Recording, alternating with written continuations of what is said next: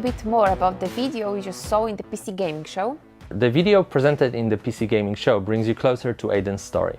What he's looking for, what motivates him, how he ends up in the city, and of course, what happened in the old franchise between both games. This is a bunch of important information about the DL2 story.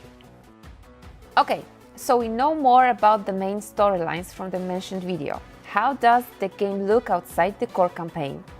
Side quests are an important part of world building in Dying Light 2. Through these quests you can decide how the city will look like thanks to the city alignment system, or bring new opportunities for the citizens. A great example is an opera singer that Timon mentioned in developers AMA. Some citizens will support your decisions, some of them will not. But it's up to you to decide how the city should look like. We have a lot of game activities prepared for our players, but at this stage we want it to be a surprise for you. How seamless is the co-op experience? Would you say that the best way to experience Dying Light 2 is with a friend? It could be. What is cool about the co-op is that it gives you an opportunity to see how the world changes when your friends make different decisions than you.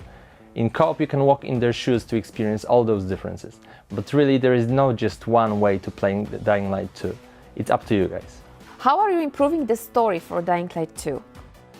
I know we all have great fun killing infected, but we also want to give you a deep, thought-provoking experience that will let you be immersed in the DL2 world for long hours.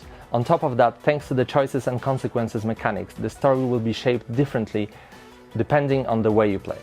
You've promised a great open world that feels alive. How is it going? Yeah, well, as you can imagine, Dying Light 2 is full of infecteds, but it's also full of humans, with their everyday life activities and purposes. We are building Dying Light 2 around the simple rule: ground is death and rooftops alive. What is cool is that NPCs act differently on each of those levels. Also, their behavior depends on choices you make and the way you play.